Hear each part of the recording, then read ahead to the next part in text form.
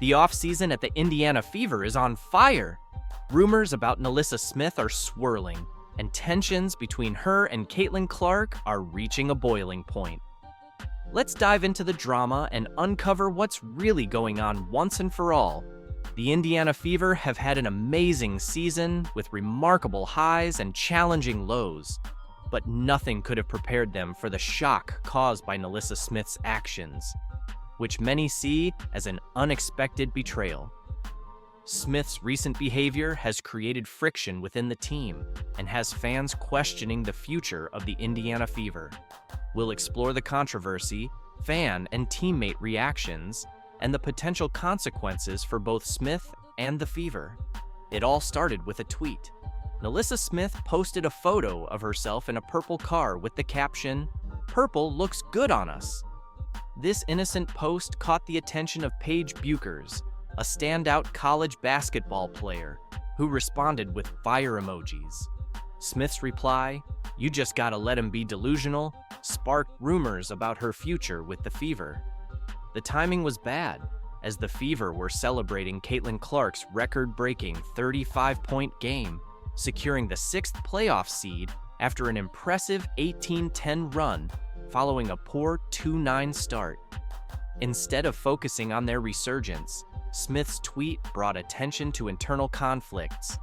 Sources say Caitlin Clark confronted Smith about the tweet, questioning her commitment and highlighting Smith's dissatisfaction with her role and playing time. During the regular season finale against the Dallas Wings, Smith started the game, scored 8 points, and grabbed 6 rebounds in 19 minutes before being benched for the second half.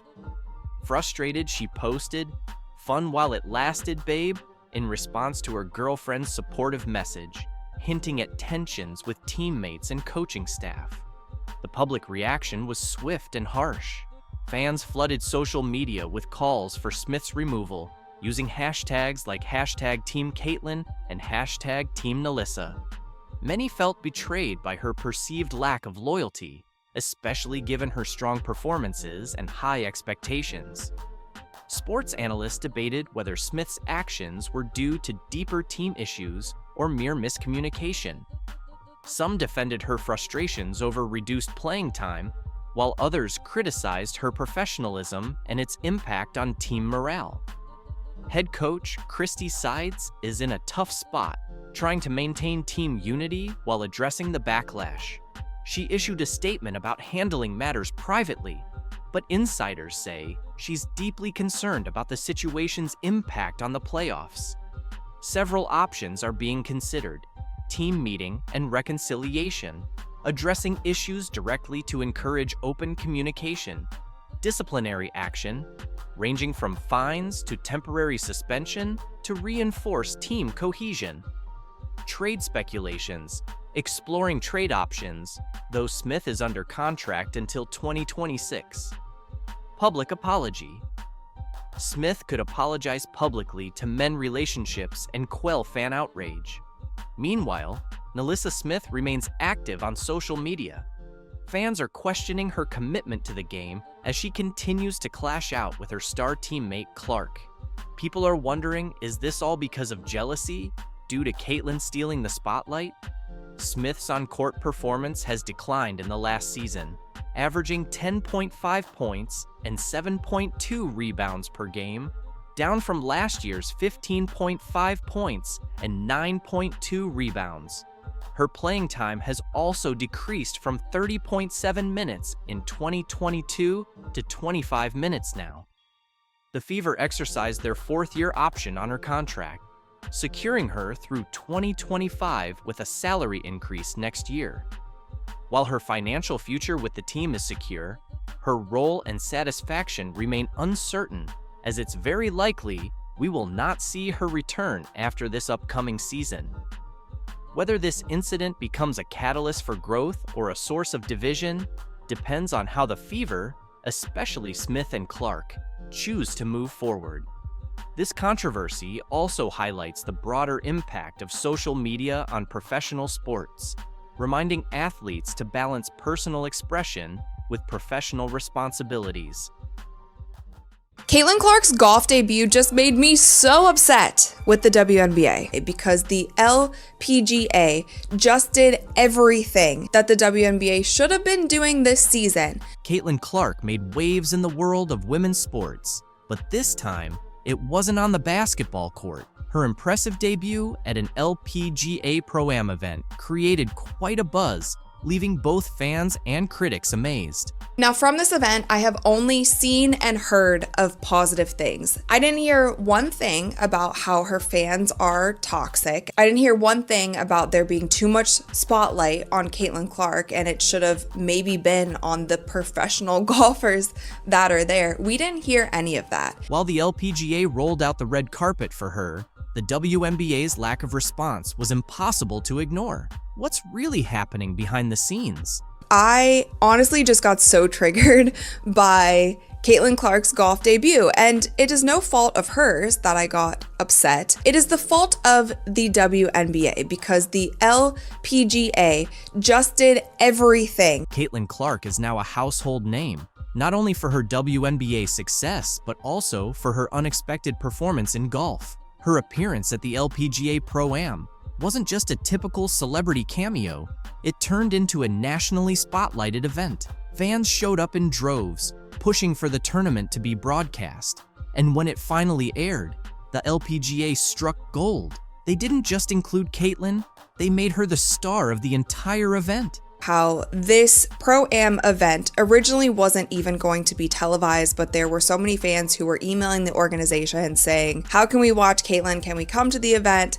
Can you live stream it? All of these things. And it ended up being put on television. Let's break it down. The LPGA didn't just get lucky with this opportunity, they planned it with precision. They paired Caitlin with Nelly Korda, the top-ranked golfer in the world. Think about it, one of the biggest stars in women's basketball teaming up with the best golfer around. That's not a coincidence. That's smart marketing. Photos of Caitlin and Nelly were all over social media, generating a buzz that reached well beyond golf fans. Basketball lovers, golf enthusiasts, and more were instantly hooked. Fans were really excited about that. There was so much buzz online. She was trending on Twitter, all of the things. And the LPGA was promoting the crap out of this event. And they also did something really smart by pairing her up with their currently #1 golfer in the world. Meanwhile, the WNBA, the league that shot Caitlin to stardom, remained completely silent. They didn't tweet, post, or make any mention of her golf success. Fans definitely noticed, and it raised a lot of questions. Why wasn't her own league celebrating such a huge moment? It felt like a major missed opportunity, especially after the LPGA showed just how much star power Caitlin could bring to another sport. There are photos of Caitlin and Nelly literally everywhere, and the LPGA was so smart in doing this because they knew that there would be so many eyeballs on Caitlin. So if they put their #1 golfer, who is currently leading the sport and pushing the sport ahead, if they put her next to Caitlin for the entire event, that's just great. It's great for Nelly and it's great for everyone else. It wasn't just the LPGA that jumped on Caitlin's star power. Media outlets were all over the story too. From SportsCenter to Bleacher Report, everyone covered her every move at the event, from her swings to her interactions with fans. Everything Caitlin did became headline news. The LPGA took full advantage of the spotlight, promoting not only Caitlin, but also showcasing their top golfers. It was a win-win situation. In contrast, the WNBA took a different approach. Throughout Caitlin's rookie season, many fans felt the league wasn't doing enough to promote her, despite her standout performances and the clear Caitlin Clark effect on viewership numbers. The league seemed hesitant to fully embrace her rising fame. Critics argued that the WNBA was trying too hard to evenly distribute attention, even when it was obvious Caitlin was the main draw. This reluctance was even more noticeable during the LPGA Pro-Am. While the LPGA leaned into Caitlin's popularity, the WNBA's silence was glaring. Fans didn't hold back, taking to social media to share their frustrations. Many pointed out that this was exactly what they'd been saying all season. The WNBA wasn't doing enough to leverage Caitlin's popularity. So why would the WNBA hold back? Some say the league is cautious about focusing too much on one player, fearing it might overshadow others or stir up tension within the league. Others think it's a missed opportunity tied to outdated marketing tactics. Whatever the reason, the difference between the LPGA's strategy and the WNBA's silence was striking. A'ja Wilson 1, NaLyssa Collier 2, Sabrina Ionescu 3, Breanna Stewart 4, Alyssa Thomas 5, and honorable mentions, Caitlin Clark. Did you catch the latest WNBA bombshell? Caitlin Clark, the rookie powerhouse who's been dominating the courts and shattering records all season, has been shockingly left out of the top MVP conversation. But here's where it gets even more explosive. A'ja Wilson, the current MVP, is furious. Why? Because fans and analysts are increasingly saying that Clark's incredible performance deserves the MVP title more than her. How did Clark, with her standout stats and game-changing impact, get sidelined like this? The controversy is igniting intense debates across the basketball community. She is leading the WNBA in points generated, which means points scored and or points assisted on. She is leading the league by a significant margin, and she is doing this as a rookie with a Fever team that is not comprised of a bunch of all-stars. Let's dive into the MVP rankings that are making big waves in the WNBA. Leading the pack is A'ja Wilson, confidently holding the top spot. There's no debating it. If you even talk about MVP, you have to be like, well, of course A'ja Wilson's running away with it. Like, you cannot even have any kind of constructive conversation around MVP unless you preface it by saying, well, I already know that A'ja Wilson won. Like, that's the standard. Coming in hot at number 2 is NaLyssa Collier from the Minnesota Lynx.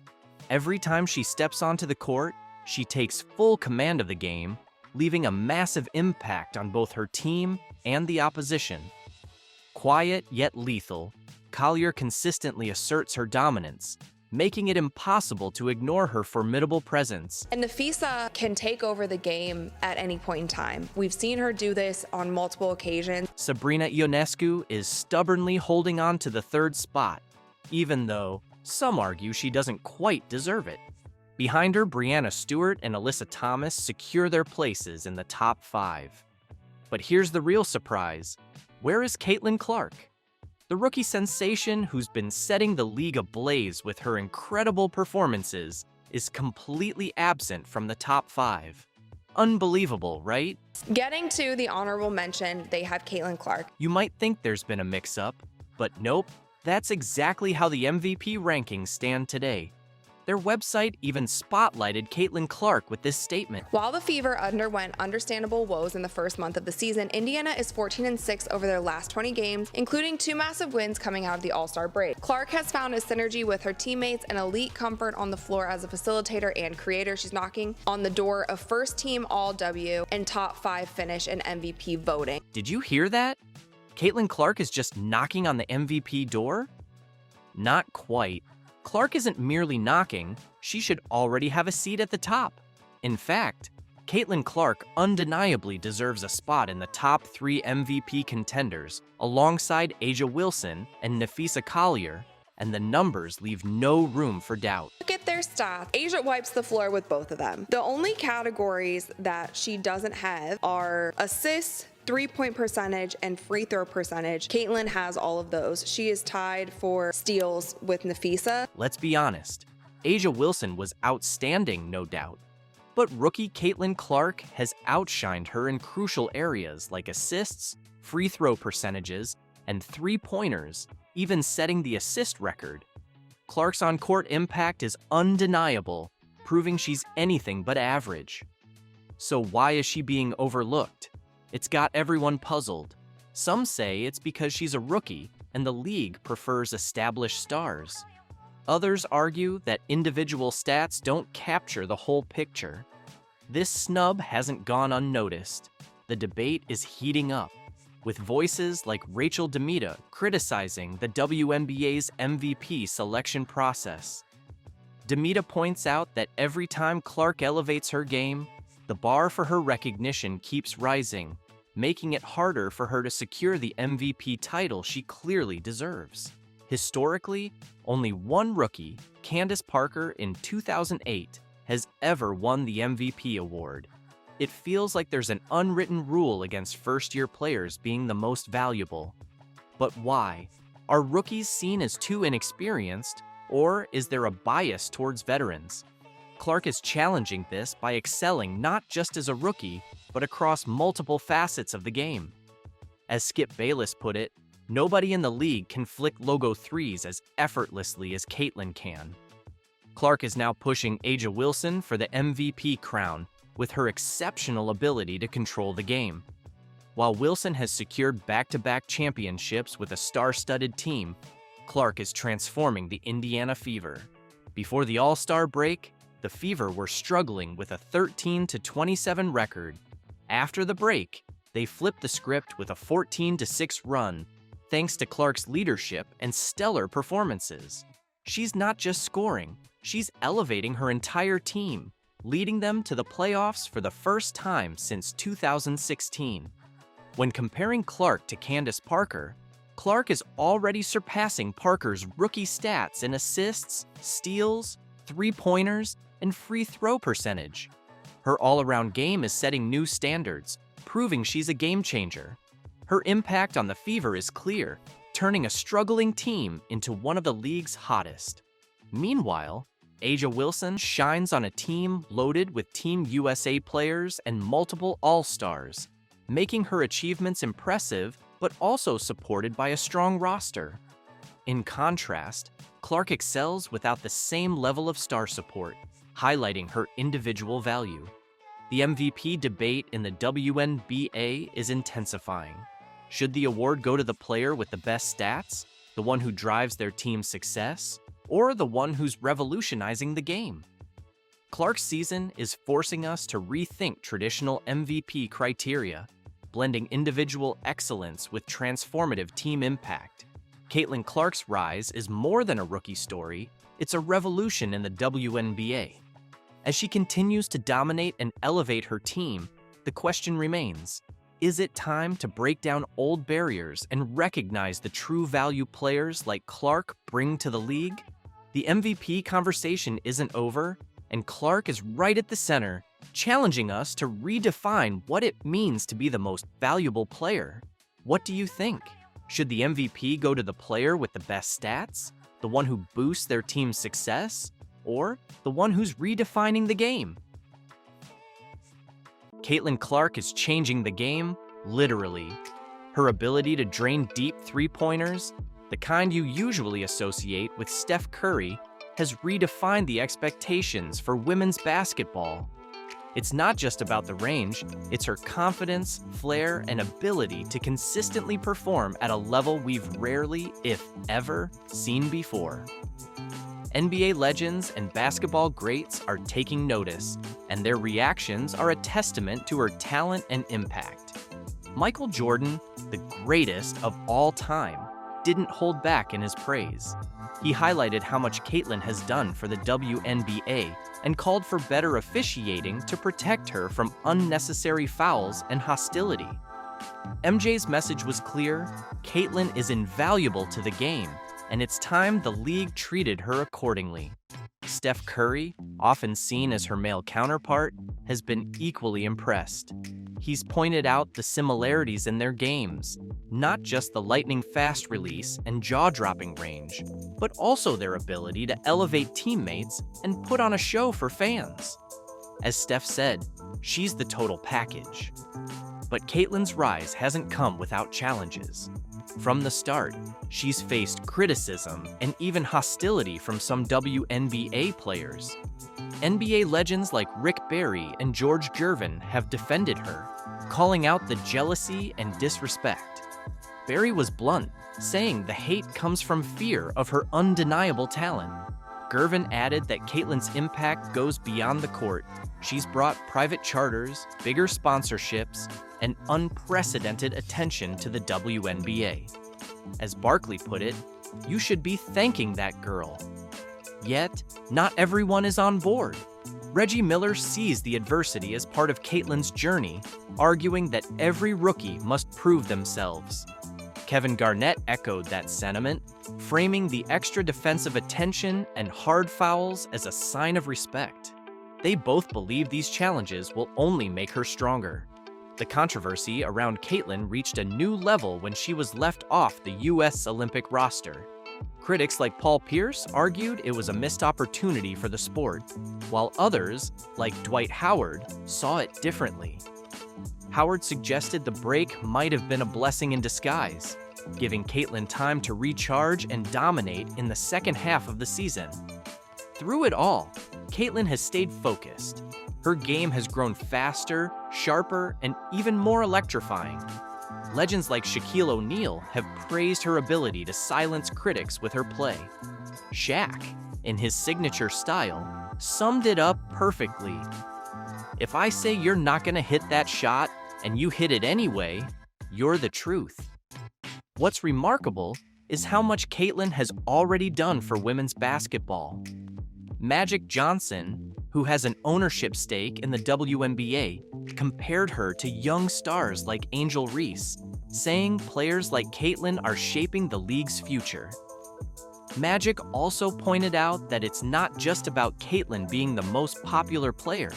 It's about her potential to reach the very top, just like he and Larry Bird once did. Even with all the challenges and noise, Caitlin's journey has been nothing short of transformative. She's bringing in fans, raising the league's profile, and proving that women's basketball is a force to be reckoned with. As Charles Barkley said, the WNBA owes her a lot for what she's done for the game. Caitlin Clark is not just a rising star, she's a trailblazer. Her ability to thrive under pressure, elevate the sport, and handle adversity with grace is why basketball legends, fans, and critics alike are rooting for her. Whether it's breaking records or changing perceptions, Caitlin is building a legacy that will be talked about for years to come. A surprising figure has come forward to support Caitlin Clark. While she's been celebrated by many NBA greats, the response from the WNBA community has been mixed, often marked by envy instead of respect. It's an unusual dynamic that brings attention to the difference in how men's and women's basketball players view Clark's impressive rise. On the men's side, one of the first to openly back her was none other than Stephen Curry. You can't help but watch when she plays, where she's shooting from, the range, the confidence, the flair, like she's a performer. Curry, whose long-range shooting has transformed the NBA, sees a lot of his own style in Clark's game. In an interview, he shared that while her shooting range and style are clearly similar to his, focusing only on those aspects takes away from appreciating the rest of her game. I saw somebody break down the release time, which is pretty much identical to mine. Curry was quick to note that although Clark's shooting grabs the spotlight, her full skill set is what truly stands out. Her court vision, passing, and ability to consistently fill up the stat sheet show she's a well-rounded player. It's crazy though, just because her shot it's like that, it's at that level. But if you really watch, like her floor game is as impressive, so it's kind of the total package. He described her shooting ability as her superpower, but emphasized that it's her entire skill set that truly sets her apart. LeBron James, another NBA icon, shared a similar sentiment, voicing his admiration for everything Clark has achieved on the court. Caitlin Clark is the reason why a lot of great things is going to happen for the WNBA. But for her individually, I don't think she should get involved on nothing that's being said. Just go, have fun, enjoy. After watching Clark dominate the scoreboard in an NCAA tournament game, LeBron James couldn't help but see similarities between her and himself. Just as he did early in his career, Clark has often shouldered the responsibility of leading her team to victory, single-handedly shifting game momentum. In his words, Caitlin Clark is the kind of player who can take over a game, lifting her teammates while still excelling on her own. A high compliment from someone who knows all about carrying a team. But there's more to Clark than her skills on the court. Being from Indiana, specifically the Indianapolis area, Her rise naturally draws comparisons to one of basketball's all-time legends, Larry Bird.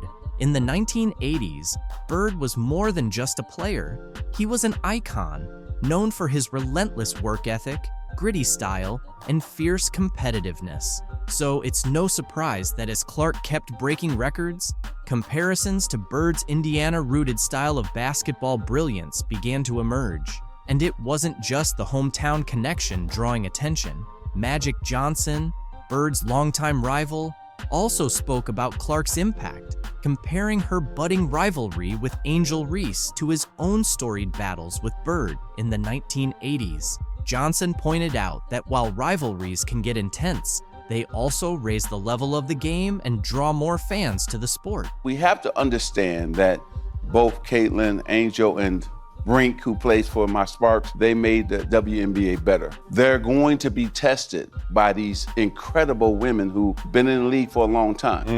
Caitlin is the most popular WNBA player, but she's not the best at this time. Just like Larry and I were not the best when we entered the league. We became the best later on by our play. Caitlin still has to play great to become the best WNBA player. In Johnson's words, Caitlin and Angel have brought back that classic spirit of basketball, where everyone's eagerly watching to see what'll happen next. It's like Larry and me all over again, he said. And now, Larry Bird himself has finally spoken up about Clark. Though he's been mostly quiet on the topic until now, Bird recently offered her some advice as she faces rising criticism both on and off the court. He urged her to keep her focus, reminding her that while critics will always be around, they won't stick. What you're doing now, Bird told her, is going to be remembered forever. The people tearing you down, they'll fade away. Trust me, I've been there. Wow. People are done with NaLyssa Smith. Traitor. Get her off the team. Adios amigos, as that guy said.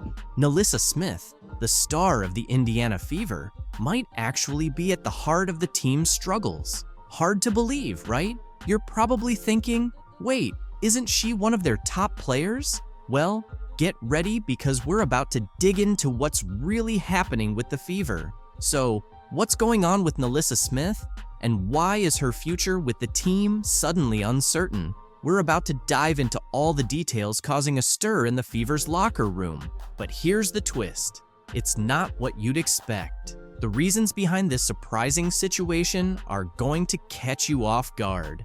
You know, I believe truly in my heart that connected teams are winning teams. And so people who fit, players who fit the culture of the Indiana Fever and where we are and where we're moving towards. You know something's up when a new coach starts emphasizing culture and everyone embracing their roles, right? Well, that's exactly what happened when Stephanie White took over at the Indiana Fever. Let's go back to her first press conference. It was all smiles and big ambitions, but something didn't quite add up. White kept going on about building around a core group of 3, and it felt a bit off. Caitlin Clark, a generational player, and Aaliyah Boston, certainly when you think about back-to-back Rookie of the Years and what each of those players have done up until this point for their universities, in the game of basketball, for the women's basketball culture and community, it's unprecedented. And to be able to work with those guys and Kelsey Mitchell, who I think has weathered the storm of Indiana Fever basketball, and I felt like had the best year of her career, this year. And really, when you think about teams, you think about a core 3, right? You think about a big 3, and to be able to work with that big 3. But wait a minute. Where does NaLyssa Smith fit into all of this? You'd expect a former number 2 overall pick to be front and center, right? But no, Smith's name didn't even come up. You might be thinking, maybe she just forgot to mention Smith. But let's be real, this is a player who was supposed to be the future of the franchise. We want players that will fit in seamlessly with our core 3, which includes Kelsey Mitchell. We want players to fit in seamlessly with the core 3. We want players that will play a role and will embrace their role. And we want players that will fit in with the culture and the team. The new coach kept emphasizing words like unity and commitment. Pretty subtle, right? It felt like she was sending a message without saying it outright. But White didn't stop there. she kept talking about what she wants in a player. She made a point of saying that success isn't just about individual talent, it's about a team's willingness to go to battle together every single day. Is it just me? Or does that sound like she's taking a direct shot at someone? Because every single thing that she described wanting to build around Kelsey Mitchell, Caitlin Clark, and Aaliyah Boston is the opposite of what NaLyssa Smith is. It gets even more interesting.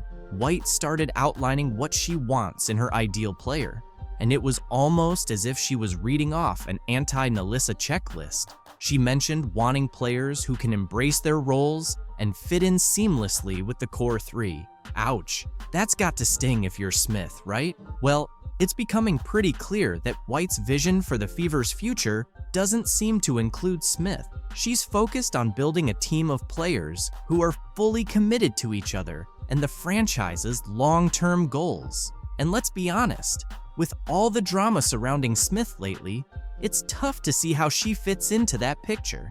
To another level. You know, you've got incredibly talented players right here in Caitlin and Aaliyah and Lexi, a team that was incredibly fun to watch, very tough to game plan against. So I'm glad I'm going to get to work with you guys, work with you ladies, instead of having to think about how to stop you.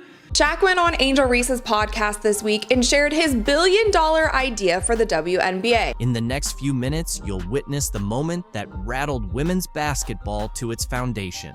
We have Shaq, Angel Reese, and a whole lot of uncomfortable truths to unpack. Bro, a pretty girl dunking on the rim, I'm watching that all the time. You laughing. A man is not turned on by no woman that's dunking. It ain't about being turned on. It's about seeing stuff that you're not supposed to see. Here's what's ahead. We'll reveal the exact words from Shaq that made Angel uncomfortable, showcase the statistics that support his claims, and explain why this one conversation could potentially alter the future of the WNBA. Stay tuned, because this is going to be intriguing. Shaq just dropped a truth bomb that has the entire basketball world buzzing. We're talking about a 4-time NBA champion, a Hall of Famer, and a business mogul worth over $400 million. When Shaq talks, people pay attention, and he certainly had a lot to say about the WNBA. Picture this: Shaq sitting there, calm and collected, as he discusses ways to make the WNBA more exciting. His suggestion? Lower the rims. Let's roll the first clip. And women's beach volleyball, let's just say that the net is 10, but women is lower just a little bit. I'm not saying lower it to 9, 5, 9, 6, but just 9, 9. Just so we can dunk? Yes. No, see? And I hate when men say that. But listen, that's the only difference. People always disrespect women regardless. They're always going to not give us the same value as a man. So I just don't even think that. And that's why you got to do what you've been doing. Go take the Yeah. I'm telling you now, if you lower that thing to 99999. And what's going to happen? All right, tell me, the money going to go through the roof? Yeah. Not all the way down to the ground, of course, but just enough to change the game. He's suggesting lowering the rim to about 8 to 10 feet below the standard height. Why? So we can see some dunks naturally. You might think that doesn't sound too bad, but here's where it gets interesting. Sitting right across from Shaq, Angel Reese isn't on board with that idea. She fires back, making some compelling points about respecting women's basketball. I feel like it still wouldn't be good enough. It's never good enough for a man. People always disrespect women regardless. They're always going to not give us the same value as a man. So I just don't even think that. She then addressed the issue of people not tuning in to watch the game. Yeah. I'm telling you now, if you lower that thing to 99999. And what's going to happen? All right, tell me, the money going to go through the roof? Yeah. We don't even have the people don't even watch the game. You can feel the tension rising as Angel contends that lowering the rim is outright disrespectful to female players. But Shaq wasn't finished. He delivered a real knockout punch. We don't even have the people don't even watch the game. Because I don't want to use the B word. Unless it's certain people playing. It's like you're watching like a high school game. He looked Angel in the eye and compared the WNBA to high school basketball. Yes, you heard that correctly. Shaq stated, and I quote, "It's like you're watching a high school game." Can you imagine the collective gasp from WNBA players everywhere? Let's break this down for a moment. Shaq, one of the most dominant players in NBA history, just suggested that the highest level of women's professional basketball is comparable to high school boys' games. That's not merely a critique. It's a full-blown slam dunk of criticism. Shaq. He was trying to teach Angel Reese how to make the WNBA more entertaining. You know, so people might actually watch the product. And Shaq is qualified to do so. During his NBA career, the dude was a brilliant marketer. He knew how to be entertaining while also being dominant on the court. There was a reason that every member of the media was waiting by Shaq's locker after games.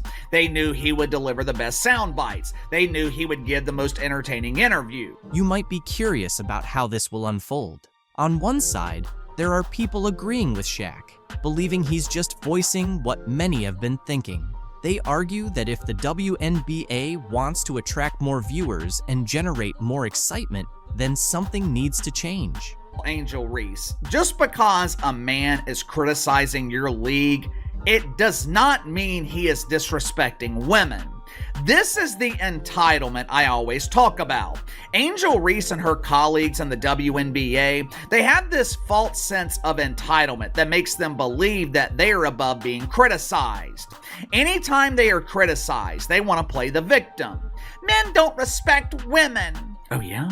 On the flip side, there's a large group of upset fans and players who believe Shaq's comments are disrespectful and outdated, arguing that his approach is misguided. Today, she has released, well, she's not released, it has been announced that her shoe is going to be dropped this week, and we can see what it looks like. Nike's decision has ignited widespread outrage, with fans left questioning the company's priorities. So Paige Bueckers is arguably the best player in college basketball right now. She's had a really good start to the season, and again, she's a 23-year-old dominating against 18-year-olds. She should be. While Paige Bueckers makes history as the first college athlete with a Nike sneaker, Caitlin Clark, widely regarded as one of the most electrifying players in women's basketball, remains notably absent from the spotlight. So Nike's first Paige Bueckers shoe drops this week. So Caitlin Clark has not had a shoe. By the way, she's had nothing. She's had nothing except the Rookie of the Year top. How did Nike miss the mark with their biggest star? Was this a calculated strategy or an outright blunder? This is the story of how Nike's latest move has divided fans and ignited controversy in women's basketball. By unveiling a signature shoe for Paige Bueckers, while seemingly sidelining Caitlin Clark, Nike has sparked shockwaves across the sports world. What should have been a groundbreaking moment for women's basketball has quickly spiraled into a PR crisis, with fans, analysts, and casual observers alike questioning the brand's priorities. The controversy goes beyond the sneaker. It's about how Nike's decision is being interpreted as a glaring snub of Caitlin Clark, a player widely recognized as the face of women's basketball. Nike signed Bueckers in September 2023, where she frequently wore the GT Hustle 2 on court. She signed several NIL deals. So, Nike signed Caitlin Clark in 2022. Nada. Nike signed Paige Bueckers in 2023. Signature shoe straight away. Fans are outraged, flooding social media with calls for action, including boycotts of Nike products. How do you ignore Caitlin Clark, the best player in women's basketball? One fan tweeted.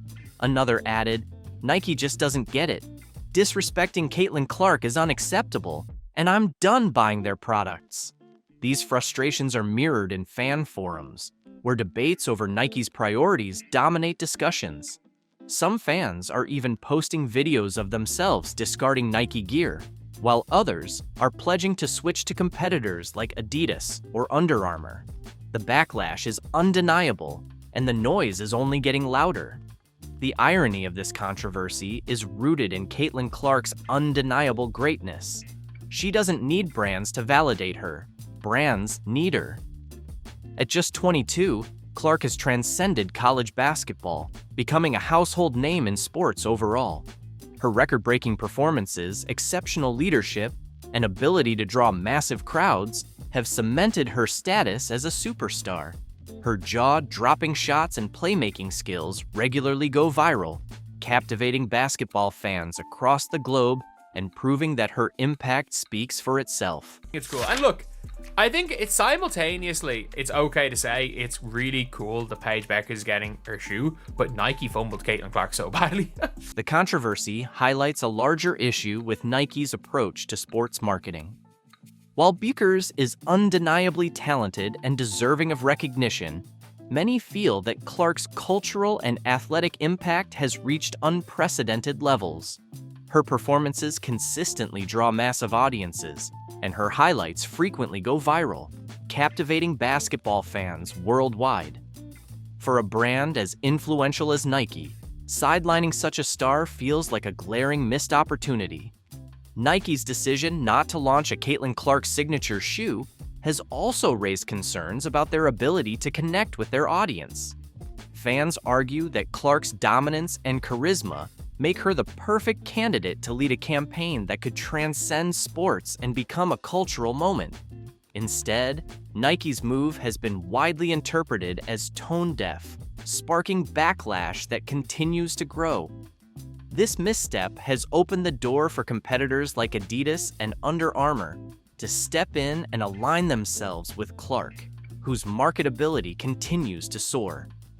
A Caitlin Clark signature shoe could not only boost sales, but also send a powerful message about valuing women's sports. If Nike doesn't act quickly, they risk losing one of the brightest stars in basketball to a rival brand. For now, Caitlin Clark's star power shines brighter than ever.